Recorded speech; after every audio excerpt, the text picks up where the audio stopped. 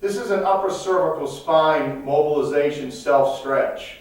The upper cervical spine, I don't know many balance programs that address the upper cervical spine. But the upper cervical spine in your geriatric population is where? Forward, right? So what happens is that everything in your upper cervical spine gets short, right? It's extended.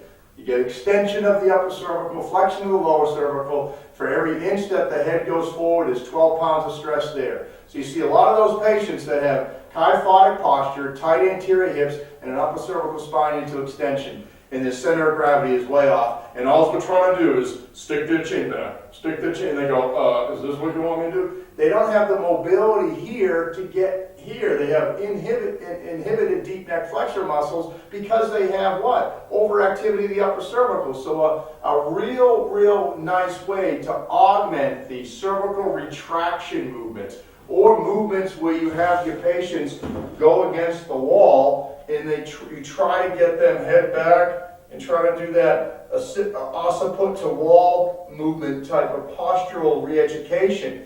Mobilize the upper cervical spine before you do this. Mobilize the upper cervical spine and mobilize the thoracic spine before you try to get them in the position that is your goal. So from a seated position, this is a nice way to self-mobilize the upper C-spine. Patient would take their hand, okay? Draw their finger, pinky finger, and you're going to get right into that depression. And a lot of you older folks, it sticks out like a golf hole, if you know what I mean, okay? It's that prominent, okay? That's a clue that everything is compressed. So you just take your finger, you slide it down, and drops right in there nice, and just grab on. Everybody can do this, grab on. Take your other hand, right? Once I stabilize with my left, and then I what? 1,000, 2,000, 3,000, 4,000, 5. Here's what you don't want to do.